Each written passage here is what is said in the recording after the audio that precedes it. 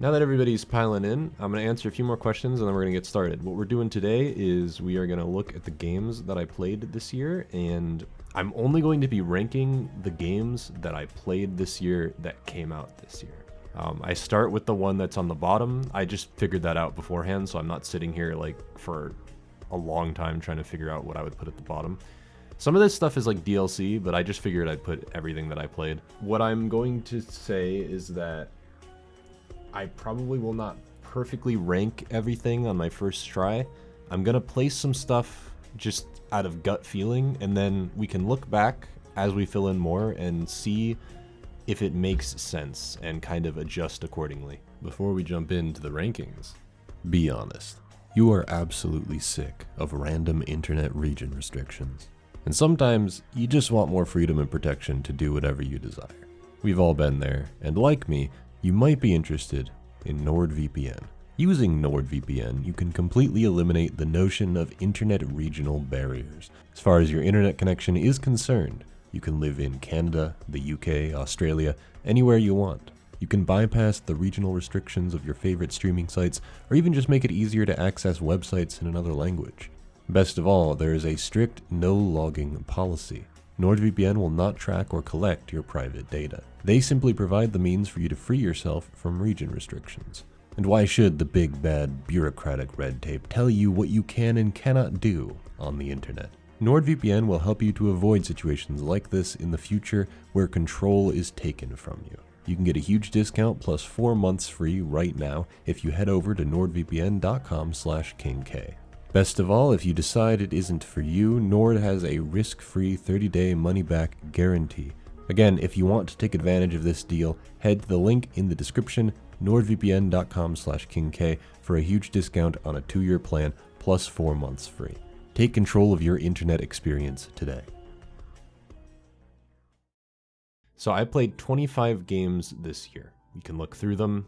I'll just say what they are now for the sake of listing them out. Hi-Fi Rush, Pizza Tower, Metroid Prime Remastered, Resident Evil 4, the remake, The Murder of Sonic the Hedgehog, Sonic Project 06 Silver Release, Xenoblade Chronicles 3 Future Redeemed, The Legend of Zelda, Tears of the Kingdom, Street Fighter 6, Mario Kart 8 Booster Course Pass, which are including the waves that came out. I think that's like 4, 5, and 6. Pikmin 4, Final Fantasy 16, Pseudo Regalia, Sea of Stars, F-Zero 99, Spider-Man 2, Sonic Frontiers Final Horizon, Super Mario Bros. Wonder, Like a Dragon Gaiden, Super Mario RPG, Lethal Company, Baldur's Gate 3, Bomb Rush Cyberpunk, The Finals, and Pokemon Scarlet and Violet, The Hidden Treasure of Area Zero.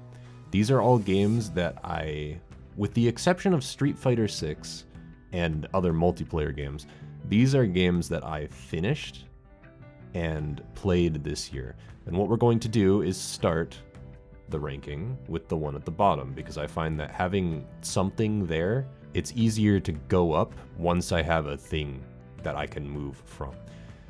So let's start with the Sonic Frontiers discussion. I hate to start out with negativity, but that's just how things are going. Sonic Frontiers, the Final Horizon update. This is kind of a twofold thing that I did. I replayed Sonic Frontiers in its entirety. I actually 100%ed the game. This was when every single update was out, including the Final Horizon update.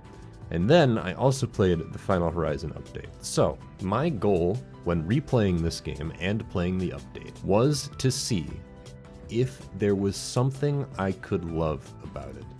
Because Sonic Frontiers is a game that people seem really, really taken by, and I have just never understood it. Unfortunately, even though I put in all of the work to try to understand it, I gave it a second playthrough, I've 100%ed it, I've fucked around with the spin dash, I have played the DLC, I still do not entirely get it. And that is sad for me to say, because it does seem like a lot of people love the game. And because of this, I am actually kind of, I'll talk about this a little bit more later. I am sort of considering writing about it again to maybe dissect my thoughts on it a little more, because there are some complicated feelings I have regarding it and the franchise as a whole that I feel like in my original video I did not do a good job fleshing out. I think when I made the original video on the game, I was more concerned with reviewing it standalone than I was discussing how it made me feel about the franchise and where I currently stand and things like that. And I think I made some conclusions that I no longer agree with in terms of leaving the franchise behind and whether that's healthy and stuff like that. But yeah, I replayed Sonic Frontiers. The TLDR is that I still don't really think that it appeals to me. I don't think that this is a direction for Sonic that I currently enjoy. Maybe in future games they could do it better, but I am not yet sold on it. And the Final Horizon update, which I want to focus on more because it was the new piece of content that came out this year, was... I don't know how to phrase this in a way that is not going to make people upset. So that means that I'm just going to say it outright and say that the ending of Final Horizon and Final Horizon as a whole, I think I like somehow worse than the original game's ending, which might be a controversial take, but I don't care. So there you go. I did not jive too much with it, and because I'm making a video soon about it, I'm not going to dwell on it for very long. All right, so here's the part where I sit here for a while trying to figure out what comes after Sonic Frontiers. It would probably be a DLC. My gut says that I want to put Mario Kart 8 Booster Course here. Mario Kart 8 Booster Course, which I think includes waves 4, 5, and 6, but I guess I'll just take this opportunity to talk about the DLC philosophy as a whole. I think that this has made Mario Kart 8 my favorite Mario Kart game, because before the DLC, I wasn't really sure. Because there are Mario Kart games that I care a little bit more about, like Mario Kart Wii and Mario Kart DS and Mario Kart 7 even. I was never quite sure how I felt about Mario Kart 8 Deluxe overall. I think it is the easiest, most accessible one to play with friends and family and stuff like that. But before the DLC, I was a little bit mixed. Now that the DLC has come out, even though I think the quality scale of the new tracks is much lower on average than the tracks that were in the base game, I do still think that there are enough quality tracks now that Mario Kart 8 Deluxe is kind of just my go-to game for variety. The sheer variety that it now offers in tracks is so absurdly huge that it's kind of hard for me to justify playing any of the other games at the moment. So, but it's unfortunate because, as I said, the quality scale is lower on average. I think most of the tour tracks are not very fun, and a big portion of the DLC was the tour tracks, which kind of sucks. The fact that they're all from tour means that visually they also all look pretty not great. So it's kind of a mixed bag with Mario Kart 8 Booster Course. But hey, we got a lot of good tracks out of it. I really like some of the new tracks that they made. I like the bathtub one. I like Yoshi's Island a lot. I like some of the returning stuff like Waluigi Pinball and Wario Stadium, I think it's called. Waluigi Stadium, whichever. I think that it has made Mario Kart 8 Deluxe a go-to Mario Kart game for me. Probably my favorite now. Okay, so what's going to come after Mario Kart 8? We're probably going to put Street Fighter 6. This was the first Street Fighter game that I had seriously played. I think I played Street Fighter 2 on the GBA when I was a small child, but I don't really remember much about it. For all intents and purposes, this is the first Street Fighter that I seriously got into, and I enjoyed it quite a bit. Caveat is that I did not finish the single-player mode, but I did enjoy a lot of what I played from it. I think that it's pretty cool. I wish more fighting games had single-player content like this, where it kind of feels like a Yakuza campaign in a way. It feels like they took a lot of influence from those games. There's a lot of Final Fight references and cool arcade games you can play. I really enjoyed that, and it made learning more about these characters really cool, and because I got to learn more about these characters, I cared more about playing them in the multiplayer. I played more of the multiplayer than I did the single player, and while I didn't really get too great at the game, and I didn't play it a whole bunch, I really, really enjoyed my time with it. I think that it is a stunningly good looking fighting game, and the animations make it feel really fucking good to like land hits and stuff. So I generally just enjoyed it quite a bit. I don't feel like I have as much to say because as I said, I didn't finish the single player campaign, and I didn't get far enough into it that I could really talk about its complexities and stuff like that. I'm not really like super into fighting games, but I always try when a new fighting game comes out to see if this will be the one that gets me into it. Wasn't really the case with Street Fighter 6, but I enjoyed my time with it, and I thought it was notable enough to put on the list. What comes after Street Fighter 6? Probably F-Zero 99. So F-Zero 99 was a pretty big surprise for me. Probably for a lot of people. And it was kind of seen as a joke. And it's really funny to think about that because F-Zero 99 just turned out to be like pretty fucking good. I guess the proof is in the pudding. Everybody played the game, and I mean, even I was hesitant. Even I was like kind of weirded out by it, but F-Zero 99 might genuinely be my favorite one of these games. I have played the original F-Zero a bit. From everything I've heard about it from friends and everything that I've played myself, it does seem like F-Zero 99 kind of leans into the appeal of F-Zero as a series really well, and it feels like kind of the only way that you can make a multiplayer-focused F-Zero work.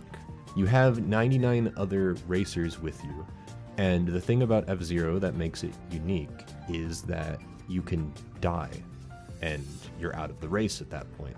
You go into a race, and if you're in a tournament especially, your placements in each ring of the tournament determine your ending outcome. And if you die at any point, then you're just out. And so it feels like the perfect encapsulation of what makes F-Zero cool and unique from something like Mario Kart or other racers. And you can kind of introduce people to F-Zero 99 and be like, this is the appeal of F-Zero, and this is why F-Zero is important, and this is why maybe F-Zero should come back, and maybe we can get some more games from it, or I don't know. It's just really, really fun. I think that it is a genius idea, and it is my favorite one of these 99 games that Nintendo have made. After F-Zero 99, things get even more tricky. I guess I'm going to put... I like just finished playing these, kind of. So, this is the Teal Mask and the Indigo Disc, which are the DLCs for Pokemon Scarlet and Violet. They are pretty good, I would say. Or at least I enjoyed them. In terms of how Scarlet and Violet still are, you know, like nothing has substantially changed. It is still pretty much those games, fit with the bugs that you expect and the fact that they run like crap. But it still has the heart of those games as well, which drew me to them and made me enjoy them when I played them last year. So I really like the new characters. I didn't expect to like the new characters when I first met them, but Carmine and Kieran really grew on me. I think Kieran rides the line between like ironic enjoyment and genuine enjoyment in a way that I appreciate, and he feels like a fun rival character to go up against. Teal Mask, I think, is less good than Indigo Disc, but I still enjoyed my time with it. I think it was a more low-key adventure. I like that you go to a small new region of sorts and you learn about the Loyal 3 and Ogerpon, and I really like Ogerpon as a Pokemon and his whole story, and I think it was a good way to have a smaller story in a DLC. But Indigo Disc for me was the real draw. It has the doubles format, which meant that I had to team build a little bit more differently than I'm used to, so I made like a rain team that was pretty fun. But the fact that it was as hard as it was, I did not expect. I think before it came out, they said that it was going to be competitive level difficulty, like competitive level teams, and I kind of scoffed at that, and I was like, there's no way.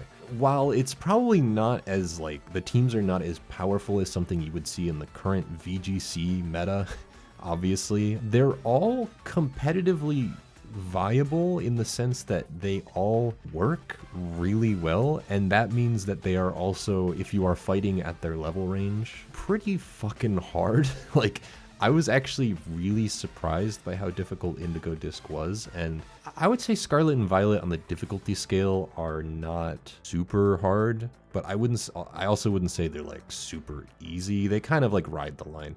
Indigo Disc is like several tiers above that, and it was really refreshing to go through, and it made team building a lot more fun. And there's just a lot of cool stuff to do, like you can catch all the starters, there's a lot of Unova remixes and stuff, and I like how they wrap up the Kieran storyline with Terapagos and stuff. So I really enjoyed the excuse to go back to Scarlet and Violet, because the more that I look back on them, as broken as they are, somehow the gold in them shines so much that I just really enjoyed my time with them looking back. It does make me wish that Pokemon didn't have this release schedule, that it wasn't built the way that it is, but hey, I got a lot out of it regardless, and I guess that's worth something, you know? Murder of Sonic the Hedgehog probably can go here. The Murder of Sonic the Hedgehog was a free visual novel that they released on April Fool's Day. It took everybody by surprise, and it's actually pretty good. I think that in terms of writing, was quite strong in a way that I don't even feel like Frontiers was. Mostly because the premise of it necessitates that it be a little bit more low-key, and that the presentation can be something that I jive with in a way that Frontiers, like the cutscene direction just kind of sucks, so it's hard to get into what's going on with the story. Murder of Sonic the Hedgehog, because it's a visual novel and it has really nice art, and it's a more low-key, like, almost like a vacation-y party vibe, you know, with like a cool murder mystery going on. It allowed me to like jive with the characters a lot more. There's not much to say about it other than I really like what it is for what it is. You know, it's a little free visual novel. It's nothing amazing, but I genuinely thought the story that they tell in it, and the ending, especially the ending battle with the Badnik and the train's owner and stuff and all that, it was like a really cool twist and like a neat little story, and I thought it was really cute, and I really appreciated it. I thought it was nice. There's not much to say about it, but I guarantee that if you're a Sonic fan, that you will enjoy this if you have not yet played it, and it's free. So after Murder of Sonic the Hedgehog, I think I will put The Finals. It is a multiplayer game made by ex-Battlefield developers, I think, and it's free, and it's really fun. It has terrain destruction, teams of 3, and there are like 3 teams in the regular format, and you all compete to get a box of money. When you pick up the box, you put it in like a terminal, and then you defend the terminal. So it sounds pretty simple, but like the gunplay feels really good. There are a lot of cool builds that you can do. There's like, if you have a lightweight build, you have invisibility, you have like a dodge, you have like a grapple hook. But then if you're like a heavy character, you can smash straight through walls and stuff, and you can get like a sledgehammer. It feels kind of, this is a weird way to phrase it, it feels kind of like Overwatch and Battlefield and maybe Payday, sort of, and a little bit of Rainbow Six Siege had a baby. You have the like, you gotta protect the point, and it's usually inside a building, but if you're inside a building, you can literally destroy the building or the walls, making it so that the point you're defending is like always in flux. You're never in a game state that is the same. And I think that is my favorite part about it, is that there are so many ways to go about stealing the money or like defending the money because of the terrain destruction and the different builds that you can run, that it's just really fun, and it's free. I'm kind of surprised that it is free, because it feels like a game that should cost money. I'm not complaining. I don't know. It was another surprise of the year. I haven't played too much of it yet, but I probably will be playing it into next year, and I think if you haven't heard of it, you should definitely check it out, because it's really cool. So after The Finals, Metroid Prime Remastered. Metroid Prime Remastered was really cool. It's a nice visual touch-up of the game that doesn't feel like it betrays much about what made the original atmospheric and moody and cool. So I like that a lot. It doesn't really change much about Metroid Prime. You know, it was a cool release. I hesitated to even put it in here because I don't have much to say other than what I've said in videos before about Metroid Prime, where You know, I prefer 2, but I still think Metroid Prime is a classic game with some low moments that annoy the hell out of me. But still, Metroid Prime, classic game. The remaster, I think, was a nice visual touch-up that I really enjoyed going back to play it again. And the one thing about this that I hope to God is happening, I really, really, really want Prime 2 and 3 to get the same treatment before Metroid Prime 4 comes out. And as time goes on, I am increasingly concerned that this will not happen. And if it does not happen, it is going to frustrate the fuck out of me. Again, I feel like I have to put like DLC or like remakes or, well, not necessarily remakes, but like remasters, port stuff. I feel like I have to put that stuff near the bottom. And in that regard, I think it's time to put PO6 here. This one shocked me because I loved PO6 Shadow Release a lot. When it came to Silver, going into it, and even a lot of my friends thought that this probably would not be as exciting because it's hard to envision Silver being good, especially before it came out.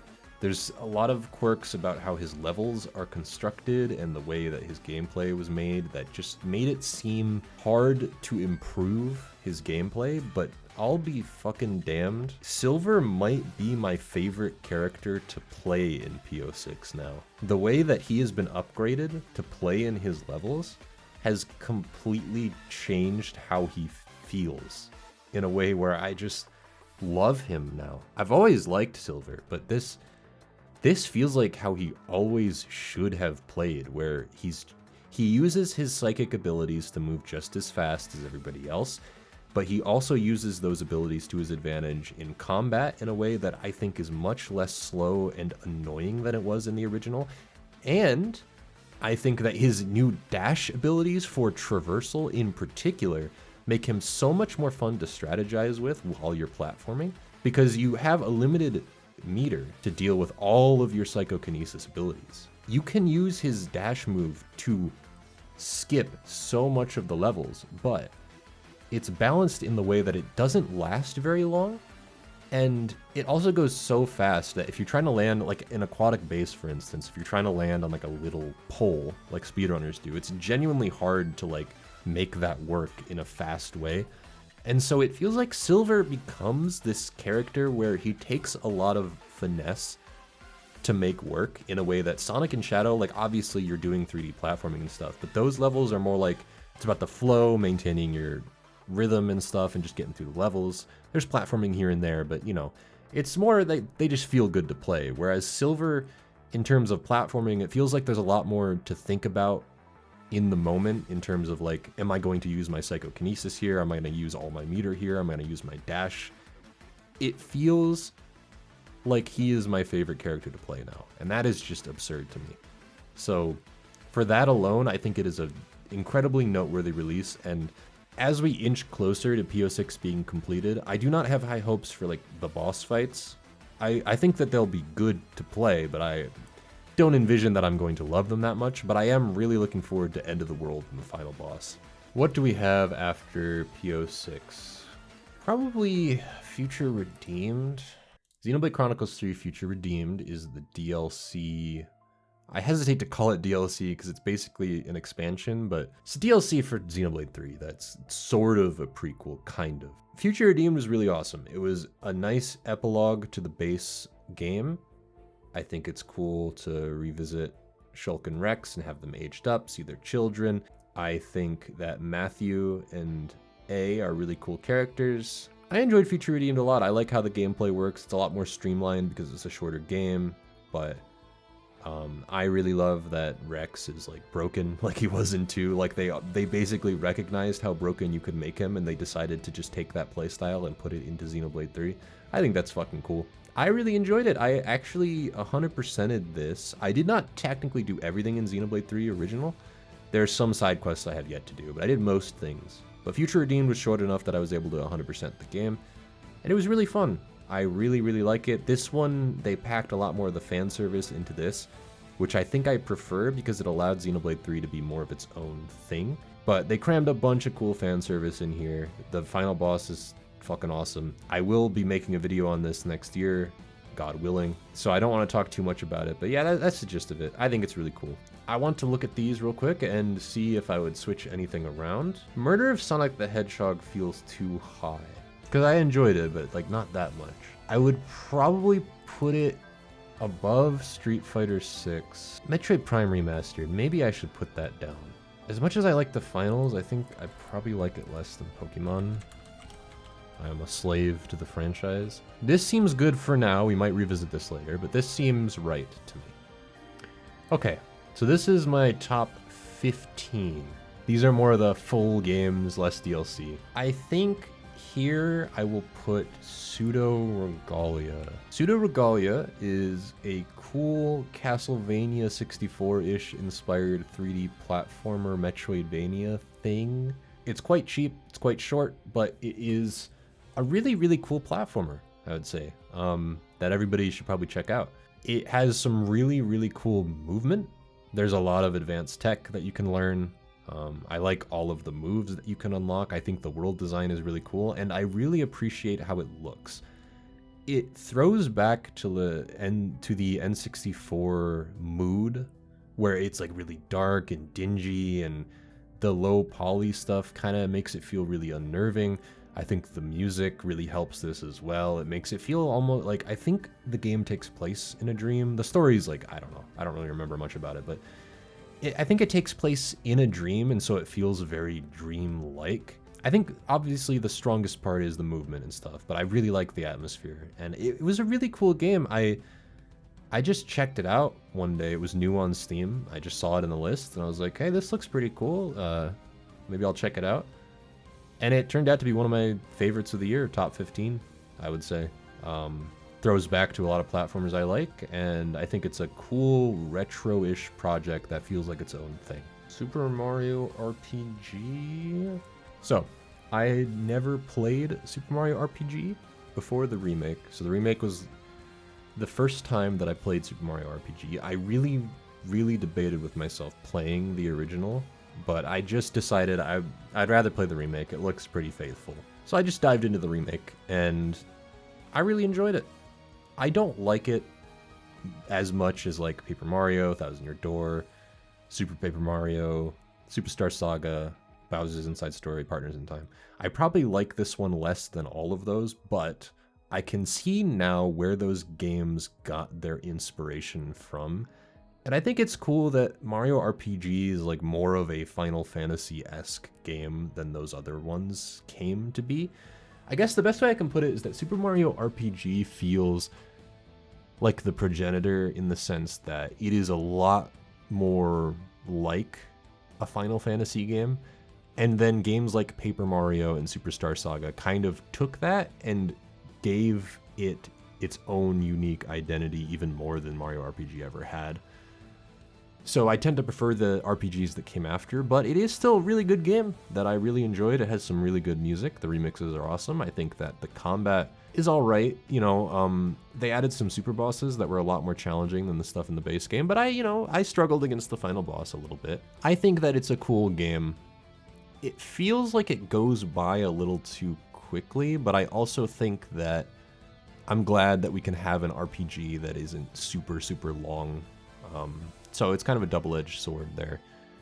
I think the minigames kind of suck, but I don't know. I enjoyed my time with it enough that that stuff doesn't really bother me too much, and the minigames are really short, and you don't really have to do them much. They're just like short distractions you can do. It feels like it has not aged quite as gracefully as something like Chrono Trigger, but I think it's cute. I like it. I see the appeal. And I'm glad I finally got to play it. So, after Super Mario RPG, I'll probably put Lethal Company. Just because I've only played like 6 hours of it, and even though those 6 hours were really, really fucking cool, I just feel like I need to play more of it before I can rate it higher. Lethal Company is really novel. It's probably the most unique game that I played this year. And it's really simple. All it really is kind of like a horror game. You go in with some friends and you turn off Discord voice chat, and you just use the in-game proximity voice chat. So you can only talk to people who are next to you unless you have like a walkie-talkie, and you have to go into these buildings that have monsters in them. When you're first starting out, you can't really fight them unless you have like a shovel, and then later on you can get like guns and stuff. But for the most part, you are usually defenseless, which means that it has like, it takes on a horror vibe. It's really dark. It is one of the most immersive games that I have played in a hot minute. Like the proximity voice chat and the like scary vibe overall, the fact that you die in like a few hits, it just feels really dangerous, and you're in there with your friends. So I don't know, it's so memorable. A lot of the creature designs are like, especially when you go to the later planets, there are some that are genuinely terrifying. Like, and there've just been a lot of like, it is a game where you can have moments that you'll be able to tell stories of for the rest of your life. And that's why I'm a little conflicted putting it at 13, because I feel like if I play more of it, this has the potential to shoot up into like top 10, top 5. But because I just haven't been able to play enough of it, I'm just not sure. Like, maybe I'll get bored of it if I play more of it. I don't know. I will say that this is the game on the list that has the most potential to change in the future. But for right now, I'll just say that it's a really unique, awesome game that I'm totally down to play at any point if anybody asks me to. So it's really cool. I think that I want to put Like a Dragon Gaiden. So Like a Dragon Gaiden, The Man Who Erased His Name, is a Yakuza spin-off game that is supposed to tell the story of what Kiryu was doing in Yakuza 7, bridging into Yakuza 8 Infinite Wealth next year. If you are not familiar with Yakuza, a lot of what I just said probably sounds like gibberish, but if you are, that makes a lot of sense. So it's a smaller game that I didn't expect to like very much, but I ended up really enjoying what it does with Kiryu as a character. It feels like a very moody game. It kind of like calls back to some of the earlier Yakuza atmospheres that I like modern Yakuza, but it is a little bit more wacky than it is like noir moody, which I kind of liked about the original couple games. And I think this title like goes back to that in a cool way, while still like keeping a lot of the trademarks of modern Yakuza. It has one of the best scenes in any game that I've ever played that made me cry more than I think I've cried in a long time. I really like the final boss fight. I've been listening to the music a lot. Even like the fillery stuff in this game that I know a lot of people have problems with, I thought, even though it really didn't progress the plot, I just like the way that they handle, there's a moment in the game where you have to spend a lot of money. And for some reason, the way that Kiryu's attitude is and how he handles it, like he's trying to act like a gangster, is just like, I just love that part of the game so much. I like got in character. I dressed him up like in 80s wear with like a gold coat and stupid glasses because I thought that's what he thought would look cool.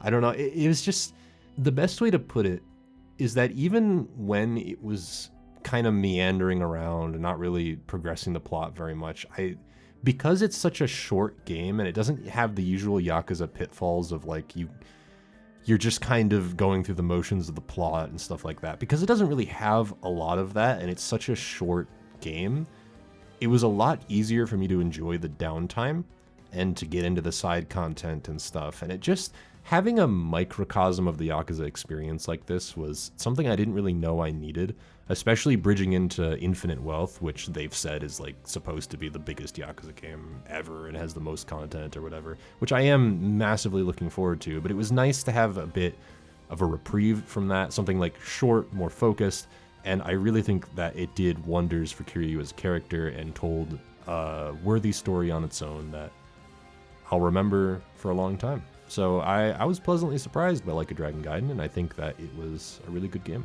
After Like a Dragon Gaiden, we will put Super Mario Wonder. Super Mario Wonder is just shy of top 10. I think it's a wonderful game.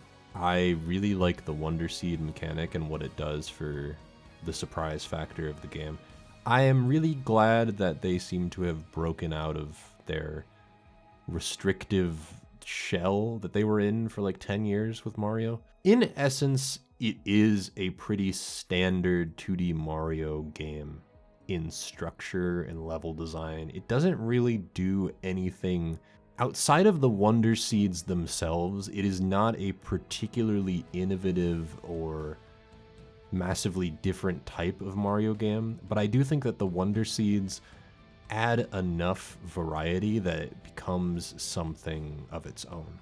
Like, it feels like a worthy follow-up to the classic 2D Mario games, and even New Super Mario Bros. On the DS, which I consider like a follow-up to Mario World, and I think that it stands on its own as a good game.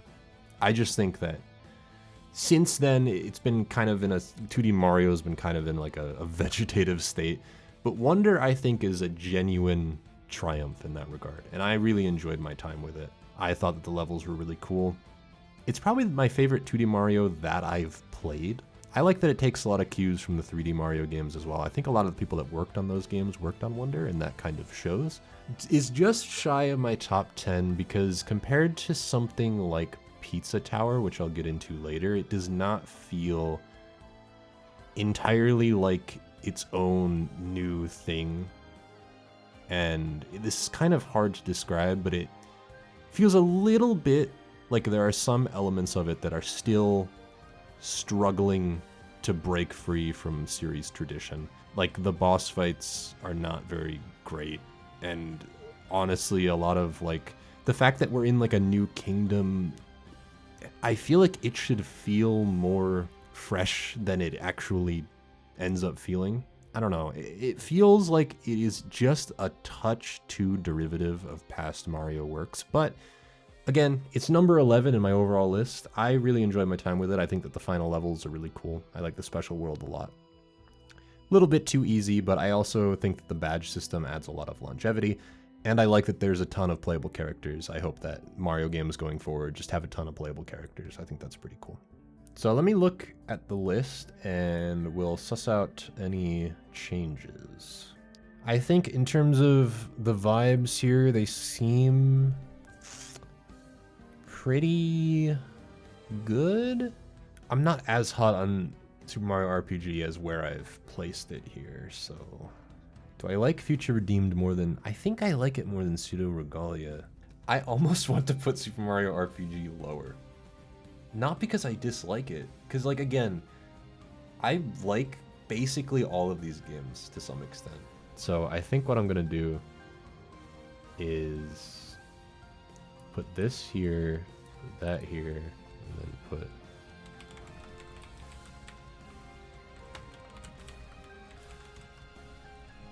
Oh, this feels so crazy to me, but that, like, honestly, that's just how I feel. I think I like Lethal Company more than Like a Dragon Gaiden.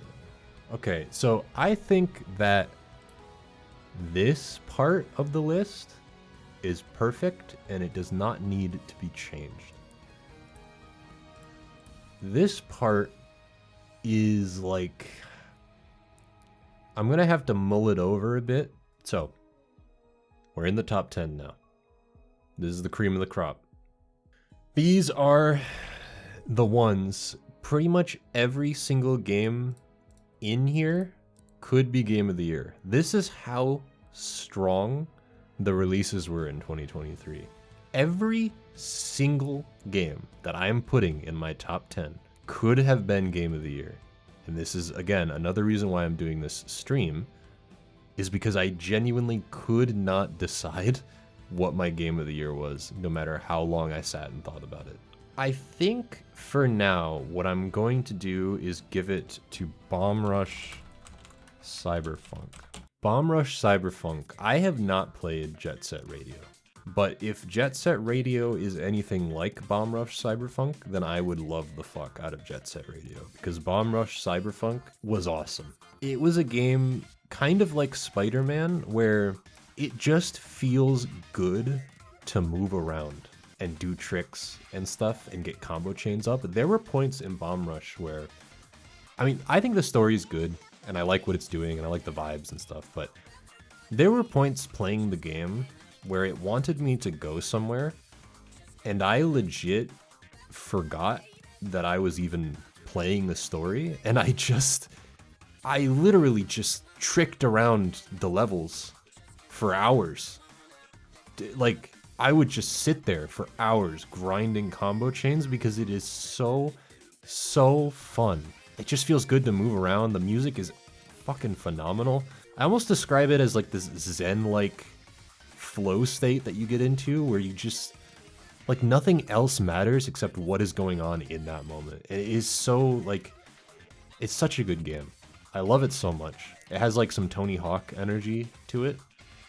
It's a little bit like, it's not a particularly difficult game, but I don't think it needs to be.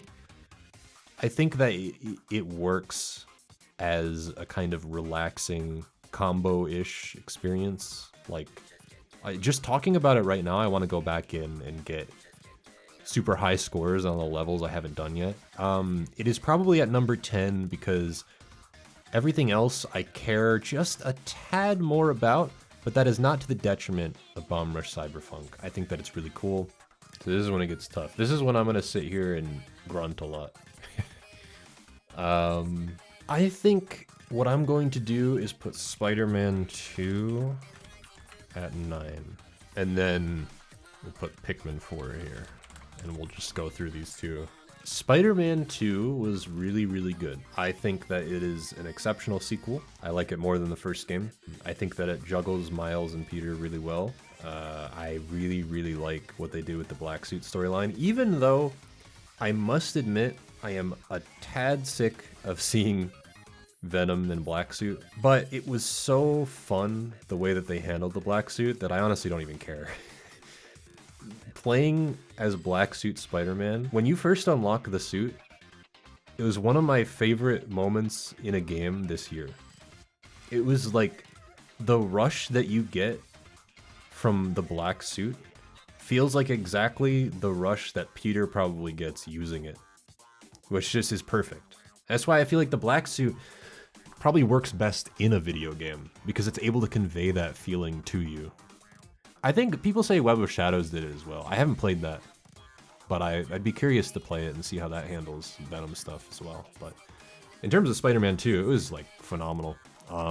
I think that the end of the game, the more that I think about it and the more that I reflect on it, I think the end of the game is a little bit rushed. I still really enjoyed it, but I feel like it could have been a tad longer and had a little bit more going on.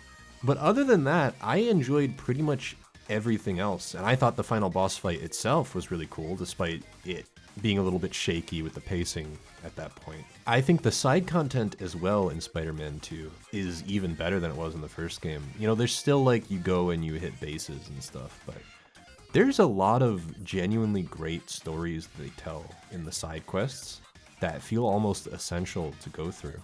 It's fantastic. And the highlights actually were some of the smaller stuff that you do on like the Spidey phone app. There was a quest where you like reform one of Kraven's robot dogs and like give it to a blind woman who's allergic to dogs. And there's like a bunch of little stuff like that, which I thought was really cute. And I could use more of that kind of stuff in these AAA big budget games. I don't know. Some more low key stuff. It doesn't always have to be all action all the time. And I thought that was really cool. I really, really, really like Kraven. And it's odd because I think a lot of people seem disappointed by the way that Kraven was handled, but I thought that he was excellent. Like, he has become one of my favorite Spider-Man villains based on this game alone. And the way that he's handled and the way that he's like, I don't want to go too into like spoilers or anything, but the way that his character is built is one of my favorite archetypes of character. It's why I like Xenos from Final Fantasy XIV so much. He's like battle hungry, but also he's not a dick. This is hard to describe because he's obviously evil, but like I almost respect him even though he's crazy. You know what I mean? I don't know if you know what I mean. Maybe that's crazy to say. His type of character is just one of my favorites. I think it's really cool. I think they hype him up in really cool ways, and the boss fights you have with him are amazing. I also think that I like what they do with Miles in the game a lot. A lot of people have varying opinions on what Miles gets in the game, but I think that the stuff that he gets, especially his side quests and his arc with Martin Lee and how it contrasts with Peter's descent arc. It feels really purposeful in how they parallel each other and how Miles becomes sort of, I don't want to say the superior Spider-Man, but he becomes, in this game, he always was his own Spider-Man in his own game, but in this game, it feels like he has moments where he stands above Peter, and I think that that's really cool. A way to kind of contrast the black suit, where Miles, even though he's struggling with like forgiveness and reconciliation, stuff like that, while Miles is on the up, getting through his problems with Martin Lee, Peter's kind of on the downswing with the Venom suit and losing himself more and more. And I think that that's really cool. And Miles, again, I don't want to spoil things, but I think that the way that it's written overall, with the exception of some stuff at the end that feels a little bit rushed, I think that it is really good. I thought it was awesome, and I really look forward to Spider-Man 3. I hope that everybody at Insomniac is doing okay after the horrendous leak that happened that compromised the security of pretty much all of their employees, and I wish them the best. Pikmin 4. Pikmin 4 is the best Pikmin game, I think. It feels like, this is how I describe it to people. Pikmin 4 feels to me like what I wanted Pikmin 2 to be like. And to be frank, it sort of erases Pikmin 2 for me. If you don't know, I do not like Pikmin 2 very much at all. It tries some interesting things, but that most of what it offers to the table that's new, I just don't like at all. It frustrates the hell out of me. Pikmin 4, while it does incorporate things from like Pikmin 3 that I like and some stuff from Pikmin 1, I think the true triumph of Pikmin 4 is that it takes the cave system from Pikmin 2 and it integrates it in a much more natural, less bullshit, frustrating way that I really, really appreciate. And I think it's just because of that, it made me realize some things about Pikmin 2. It made me realize why I don't like Pikmin 2, even more than I already did. But it also showed me the potential that a lot of the things in Pikmin 2 had if they were handled differently. I think that it's cool to have all of the Pikmin types. I really like the overworld levels. I think that there are some really cool ones. The one in the house is one of my favorites. The difficulty overall is not too hard, but kind of like Pikmin 2, as you go, it gets harder and harder. And I think the ending stages of the game are pretty tricky. The main campaign's difficulty is made up for kind of like Pikmin 3 in the sense that the Dandori challenges, I still have not platinumed all of them. There are a couple I haven't done because they really, really test you if you want to platinum. And I love to see that because that was my favorite part, I think, of Pikmin 3 was the mission mode. So it's cool to see that they've kind of transplanted that back here in a way where you really, really have to dig in and strategize to get these things done quickly. And the whole Dandori concept makes me feel like they just get Pikmin. Like the appeal of Pikmin, the strategy of Pikmin. Even when I was in the caves, you don't have to do them quickly at all. In fact, the day system kind of makes it so you don't really have to do anything quickly, but no matter where I was or what I was doing, my priority was always to finish what I was doing as efficiently and as quickly as possible. Because it does such a good job instilling Dandori as a concept to be sought after, to master, and it feels really satisfying to finish, like, to get that last piece for the day, and so you don't have to, like, waste a day to go get it tomorrow or something, you know. That appeal of Pikmin is at its strongest here, and the way that they wrap in the Dandori stuff into the main campaign, it makes it feel a lot more focused, like everything's all in one package. Instead of like in Pikmin 3, I really like the main game mode, but I like the missions more and it kind of feels segmented. In this one, it feels like everything kind of flows together really well. The nighttime tower defense mode also kind of factors into this. It's not my favorite part of the game. It's a little bit like easy for most of it, but then some of the later ones feel genuinely kind of tense in a way that I appreciated. So it can get a little bit overwhelming in the later levels when you're trying to make sure none of your towers fall down. It's not amazing, but I think it's a cool new addition that also fits with the Dandori theme. And I guess the weirdest thing about it is that it seems like a reboot Like, it genuinely seems like they have erased Pikmin 1 and 3 from canon, which is strange to me, but you know what? I guess that's the decision, and Pikmin's story, quote unquote, is not really what I was ever drawn to as much as its like atmosphere and gameplay and stuff like that. So it's whatever. It's kind of weird, but you know, that's like the only major problem that I even have with the game. I think the levels are all great. There's a lot of content, and it just feels like the definitive Pikmin experience that like wraps in everything that I liked about 1 through 3 and kind of gives me a version of Pikmin 2 that I actually like. Man, I think it's Pizza Tower. Pizza Tower is one of my new favorite platformers, just generally, not even just 2D platformers. It is awesome. Pizza Tower is like if you took the Wario platformers, the Sonic games, and kind of like merged them together into this beautiful concoction that I love. It is built for speedrunning in a way that I think is awesome. It has a really unique style and vibe that's kind of like MS Paint-y. I don't want to say it's like meme-y, because that's a weird way to describe it, but it's the way that it's like visual gags work and how the level themes are. It's just such a unique feeling platformer. I don't feel like I could get this anywhere else except for Pizza Tower. You could get like speedrun focused platformers as well, but nothing quite beats the feeling to me. And it kind of feels like some of my favorite Sonic games in a way where if you perfect a level, get all the secrets, perfect your route, your entire moveset you realize is built around speedrunning and trying to get that P rank. And it is really hard to get a P rank, but when you get one, holy shit, is it satisfying. Because it requires getting your combo meter up, requires that you get collectibles, you hit enemies, and the bar will go down every time your combo fills up. If that bar reaches 0 before you collect another collectible or you hit another enemy, then your combo will get fucked up. You'll fuck up your P rank probably. So basically you want to keep a continuous combo through the entire level, which means you have to keep playing these levels, which are all really unique. They all have different gimmicks, and those gimmicks feel really natural. Like they're not really like power-ups in a Mario game. They're more like they will change your moveset and require that you play the level in a completely different way because your entire moveset is now changed. So they almost feel like obstacles, but in a really, really cool way, where they make each level feel unique and like you're learning an entire new speedrun route. Seriously, one of my favorite platformers.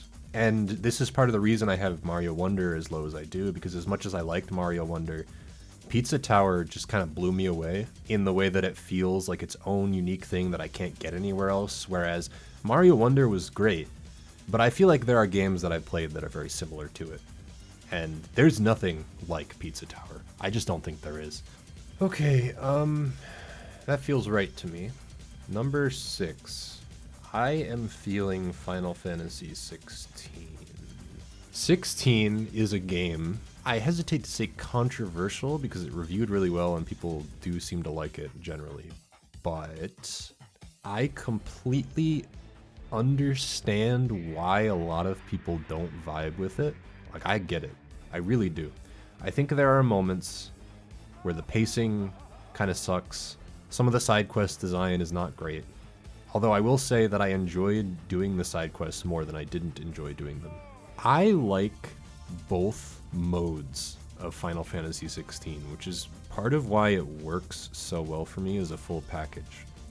You've got the like action-focused set piece extravaganza, the like what most people consider to be the highs of 16, the boss fights, the combat, the music, the really high octane set pieces that are some of the best bosses that I've fought in a video game. You've got that part of the game, which blew me away. Some of the boss fights are genuinely incredible. There's one in particular that might be the best of the year, probably. So there's stuff like that.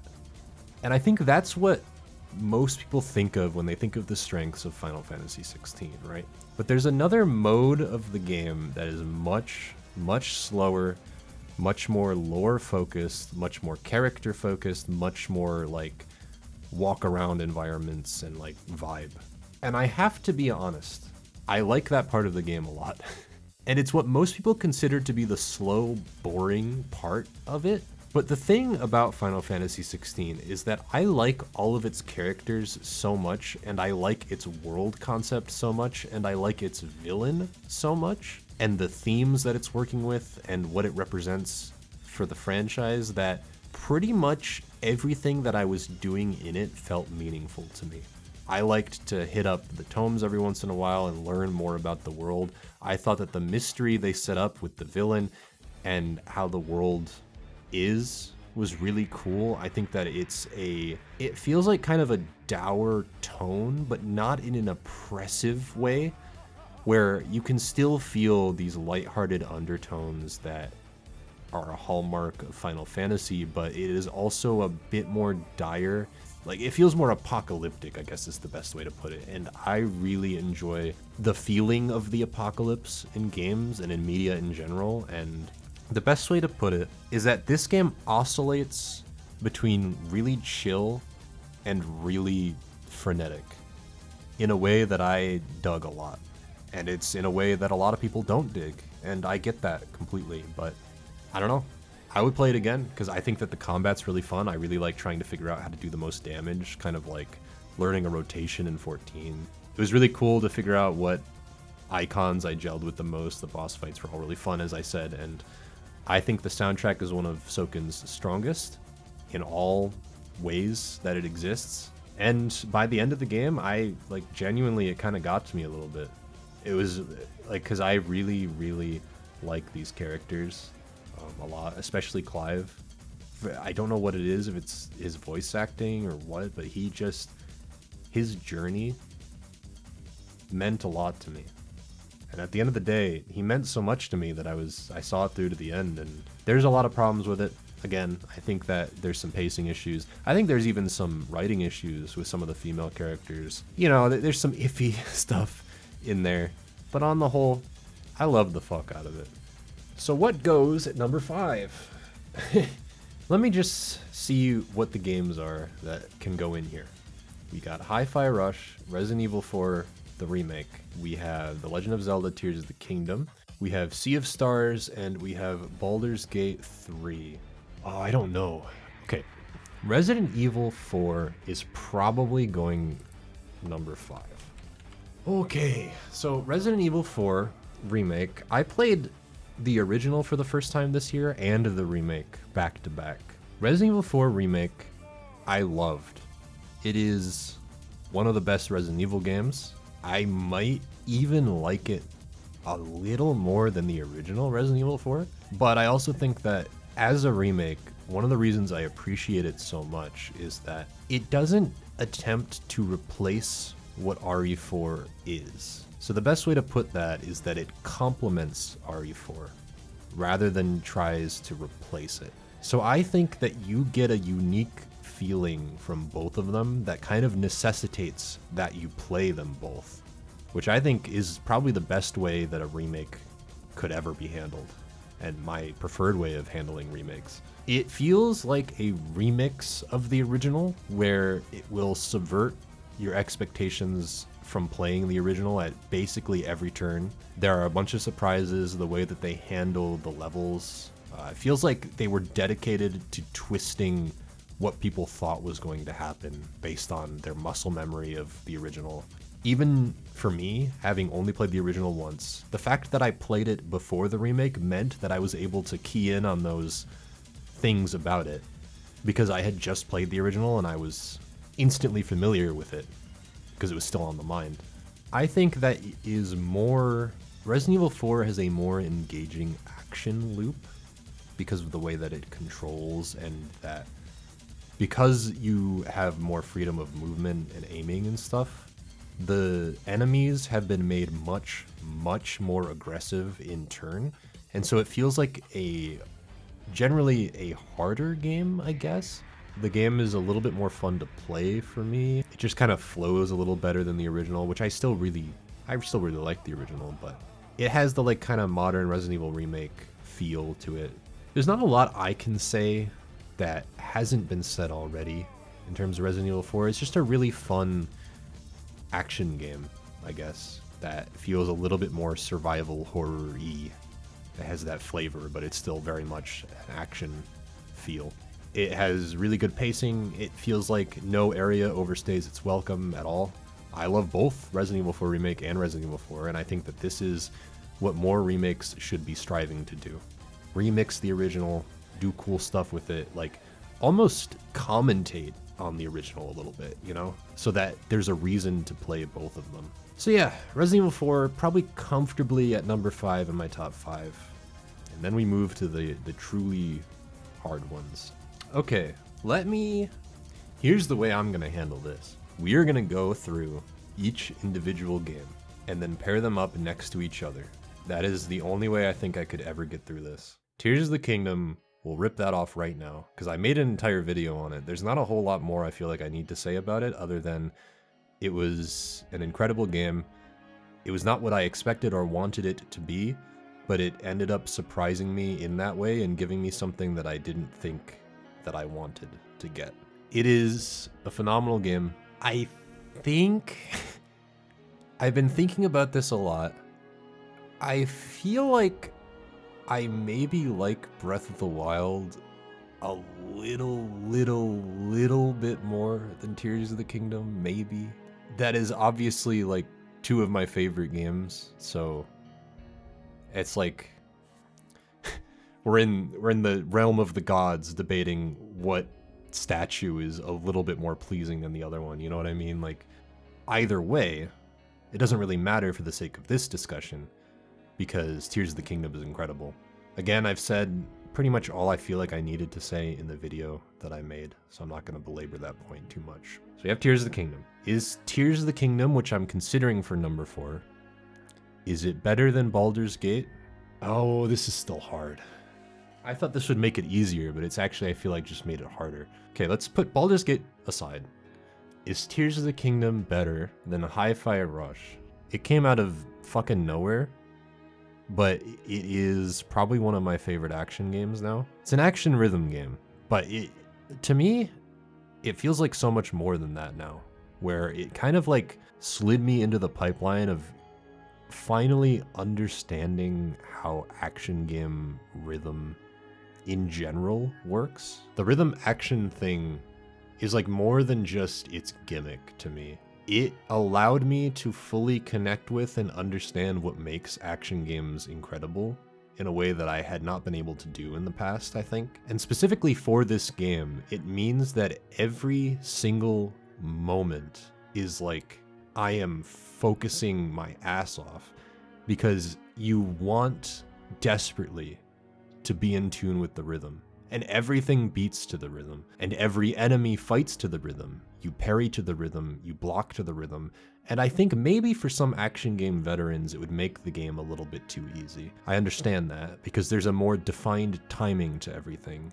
but for me it makes it even more satisfying to play in the moment to moment than other action games that I've played before. And it just like everything kind of, because of that, connects into this like kind of beautiful experience where everything in the cutscenes is bopping to the music, everything you're walking, it's bopping to the music, every hit bops to the music. It's a really impressive achievement that, as much acclaim as it got, I think is even a little bit underrated in how awesome it is and how much it affects how the flow of the game works and how you get into like a flow state with the combat and the enemies that you fight.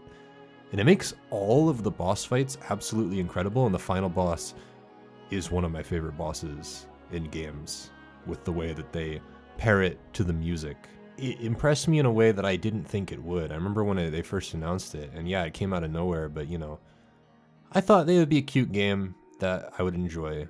And then, you know, the rest of the year would go by and I wouldn't think back to it. But since it came out, I have continually thought back to it. I think about some of its moments, some of its characters. I love all of its characters. I love the chill vibe of the story. I love what it represents for the industry, especially for a year that was so incredibly shitty and how so many people lost their jobs, how it feels like the AAA market is spiraling out of control, and it's just a really dire year for a lot of people, and it feels very anti-corporate, anti-like AI even. It feels like a statement of intent, of creative intent.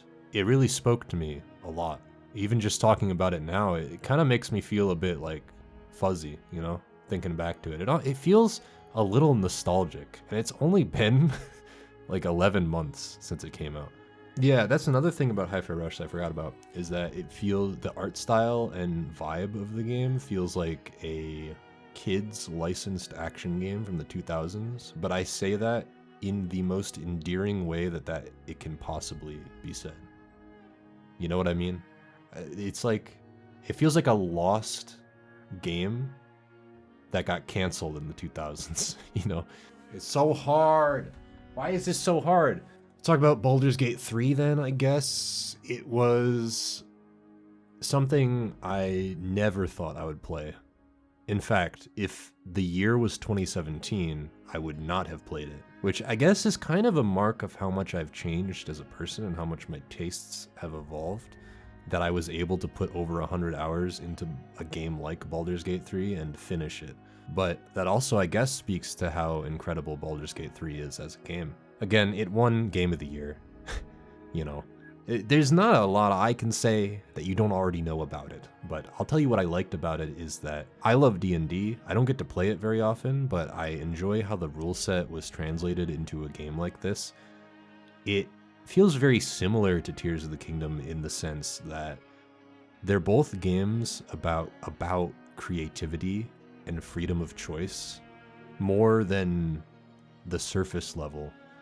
In Baldur's Gate 3, pretty much everything that you could ever do has 5 different outcomes, and that just keeps branching and branching and branching until you reach the end. It doesn't really feel like a binary good or bad system as much as it feels like you create your own story based on how you roleplay your character and what your relationships are to your teammates, who are all wonderfully well written with incredible voice acting. I think generally you can find yourself in some pretty tense situations because if you are not super familiar with how to break the game, it can be quite difficult. And I found myself in some very difficult battles, even on the standard difficulty, because it is an incredibly complex game. It's based on D&D, so there's like a million options for combat. But every time I found myself in a difficult battle that I just could not break through, I found some crazy ass solution to it. It broke me out of the headspace of bashing my head against the wall and trying the same thing over and over, because I kept trying the same thing over and over. And then I had some stupid idea like, let me put this goblin to sleep, or throw some grease on the floor so they all slip, or like Eldritch blast a spider into a bottomless pit. And 9 times out of 10, those stupid ideas worked more than whatever the hell else I was trying to do. And it always felt like this transcendental like satisfaction where I was like, holy fucking shit, this was exactly out of D&D, like something that I would do with my friends and bullshit about, and this story that I could tell. I don't know. Even more than Tears of the Kingdom, I think, and this is why I almost feel like I like it more than Tears of the Kingdom, is that it feels like it is doing what Tears of the Kingdom is trying to do in a better way than it does. And it feels like a little bit of a weird comparison because, of course, Tears of the Kingdom is a lot more about the sandbox and the puzzle solving than it is about, like, story expression. But even then, I feel like combat expression, which they both have, is a lot stronger in Baldur's Gate 3 because the framework generally feels stronger to be creative and to make your own story there. So I think in that way, I feel like I have to put Baldur's Gate 3 over Tears of the Kingdom, and that's why I think Tears of the Kingdom probably goes to number 4, because if I'm honest with myself, Sea of Stars and Hi-Fi Rush are really special to me, and they mean a lot to me, and I really like what they are. And as much as I enjoy Baldur's Gate 3, I also think that it is kind of a mess. And it does not, like, obviously it's in my top 4. It does not detract enough for me to dislike the game, but that game is one I would classify as being held together by popsicle sticks at some points, where, like, especially when you get further and further into the game, there are points where it runs comparably to like Pokemon Scarlet and Violet, where like there'll be moments where it stutters and like it's about to crash, and it actually did crash on me a few times. There are moments where you'll like activate a spell and it just like it will hang for 1 or 2 minutes. You have to go in and clear your manual saves like you're editing in fucking Adobe Premiere, because if you don't clear your save cache, the game will just self-destruct. I don't know. There are clips I have. There's a moment where you're in an area where you have Featherfall and you can jump down huge chunks. And there was a point where I was jumping down somewhere and my character just hit the air as if it was fall damage and just died in the middle of the air. And stuff like that happened quite frequently, that enough to where it was annoying. And like I said, it was not enough at all to detract from the overall experience, but it was noticeable enough. I think I am pretty resolute in doing this. I think I've decided. Tears of the Kingdom goes here, and Baldur's Gate 3 goes here. Both very similar games. They would probably go right next to each other no matter how I placed them, but I think Baldur's Gate 3 is a stronger version of what Tears of the Kingdom is trying to be in a lot of ways. Tears of the Kingdom obviously has stuff that Baldur's Gate 3 does not have, but I feel pretty confident in placing them both there. They're both incredible games. I think Baldur's Gate 3 definitely deserved its nomination and win at the Game Awards. Sea of Stars is the only one I haven't talked about. So I grew up playing games like the Mario RPGs, like Paper Mario, Thousand Year Door, Partners in Time, stuff like that. And other than Pokemon, those are kind of what introduced me to the idea of an RPG. And I say this because as much as Sea of Stars is inspired by Chrono Trigger, it also clearly has its roots in the style of something like the Mario RPGs. And I think that that's cool because the Mario RPGs of late have become something else entirely. Mario and Luigi is just dropped off the face of the planet and Alpha Dream went bankrupt. And Paper Mario obviously has completely transformed into something else. And I think Bug Fables I loved because it felt like a new Paper Mario game in a way that surpassed those old games. Sea of Stars I think I love because it calls back to the Mario and Luigi games, which I have actually always liked more than the Paper Mario games even. And what I've always loved about the Mario and Luigi games is actually their tone. And this is a big reason why Sea of Stars is as high as it is. One of the more prominent criticisms, quote unquote, of Sea of Stars is that the writing is not as serious as something like, I don't know, Chrono Trigger. Which honestly I question because Chrono Trigger has some real silly shit in it. But anyway. I think the tone of Sea of Stars is perfect for what it is, and it has enough serious stuff going on in it that you can take the story seriously, but it also has a lot of really goofy, silly shit in it that reminds me a lot of the Mario and Luigi games. Like, there's a lot of good comedy in there, there's some good visual gags, maybe not as much slapstick as there is in Mario and Luigi, but it also makes it so that Sea of Stars feels really well paced for an RPG. Because there's a lot of lighthearted stuff, there's a lot of serious stuff, there's a lot of good character moments, and there's a lot of just really goofy stuff where like you're going through a dungeon and fighting weird enemies and listening to good music. I don't know. I think what it comes down to is that Sea of Stars has the pacing that I love from Mario and Luigi, where you're never in one place for too long, but it also doesn't feel as like brisk as the pace of something like Super Mario RPG is, where it feels a little bit too short for what it is. It feels just right. I enjoy how the combat works, where the lock system encourages a lot of experimentation. It feels like you are always using your toolkit no matter what your level is. There are no abilities that feel useless, and even in some of the Mario and Luigi games, some of the earlier power-ups feel less useful than the later ones, even if you can technically use those for the whole run of the game. So in that way, I guess that's what Sea of Stars gets from Chrono Trigger in that way, where Chrono Trigger, it did feel like any party comp that you had was viable. And I think that's true of Sea of Stars as well, to an even greater extent. I actually think that Sea of Stars has better combat than Chrono Trigger, and people might kill me for that, but I just think that's the truth. I think that it takes what Chrono Trigger did so well and expands upon it even more in a way where pretty much every character is fun to use, and it's extremely well balanced. I loved getting new abilities and getting new, like, cross techs, whatever you call them in Sea of Stars. I don't remember what they're called. I think they're just combo points or something, but every boss was fun. Every enemy was fun. Every new enemy, I looked forward to seeing what their attacks were and how to perfect block them. I think that it is also one of my favorite soundtracks of the year. I like the contributions by Yasunori Mitsuda. Kind of like Xenoblade, there's a day and night version of each song, which I think is cool. And the day and night mechanic generally makes exploration feel really cool and unique and adds a lot of puzzle solving elements. I think that's the other thing, is that because it's Mario and Luigi inspired-ish, the overworld exploration and traversal feels less like a formality and more like it almost has the vibe of like Zelda dungeon progression, but maybe not as complicated, where when you're in a dungeon, you're doing a lot of, I hesitate to say platforming, but you're going around with the grappling hook, looking for really well-placed secrets. Feels like there's a lot going on outside of the combat that I appreciate.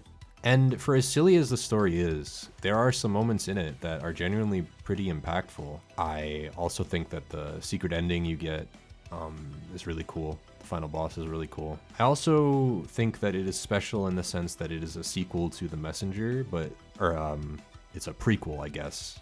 But like a sequel in the sense that it came after The Messenger, but the story takes place before it, in the same world. But it's cross genre.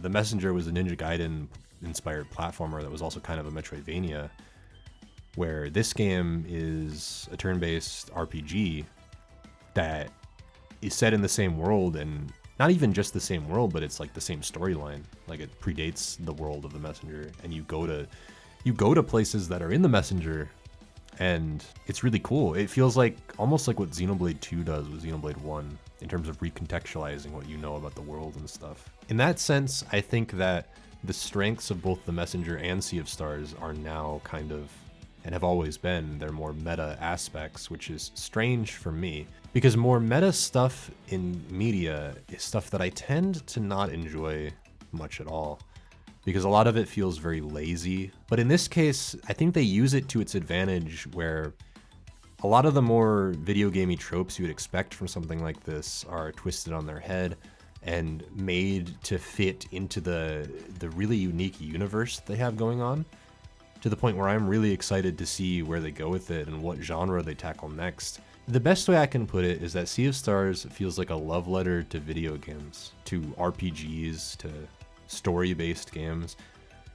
But what's tricky is that Hi-Fi Rush also feels like a love letter to action games, to like the 2000s era of weird licensed shit and like a lot of the wackier concepts, and it's probably the more original game of the two for me. It has a story that I think values creatives and developers, and is staunchly anti-corporate in an environment where I think we need that more than ever, where the safety and security of the people who make the shit that we love is constantly in jeopardy.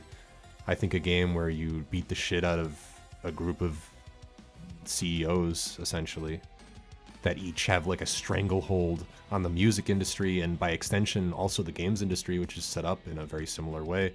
I love them both a lot. It's genuinely hard to pick between them. I think as I've gone through this list, I didn't really know this at the time, but these are definitely the two games that mean the most to me out of them all.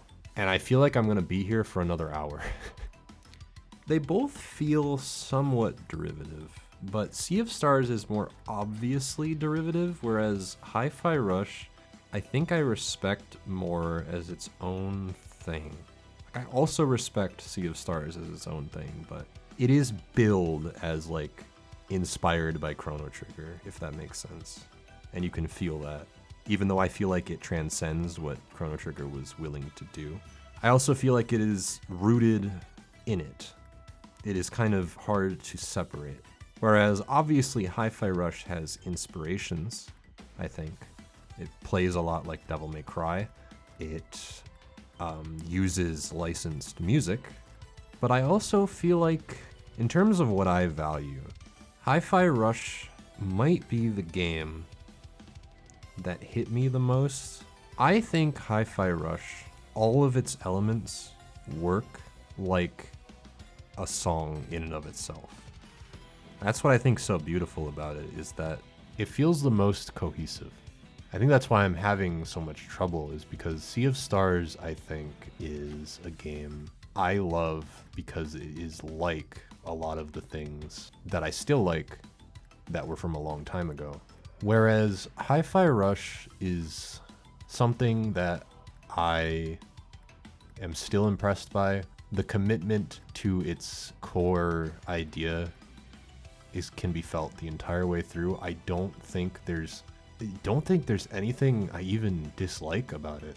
I honestly God think that it's Hi-Fi Rush. I think it is.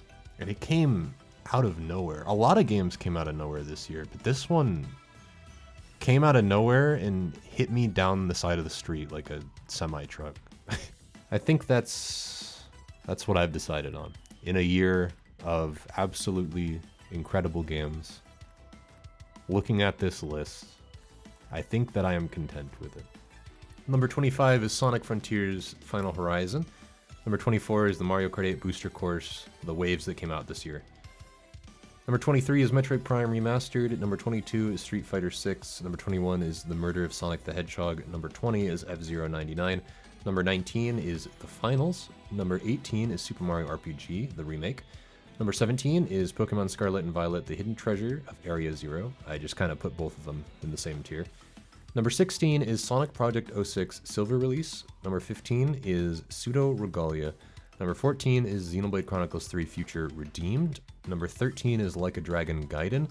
Number 12 is Super Mario Wonder. Number 11 is Lethal Company. Number 10 is Bomb Rush Cyberpunk. Number 9 is Spider-Man 2. Number 8 is Pikmin 4. Number 7 is Pizza Tower. Number 6 is Final Fantasy 16.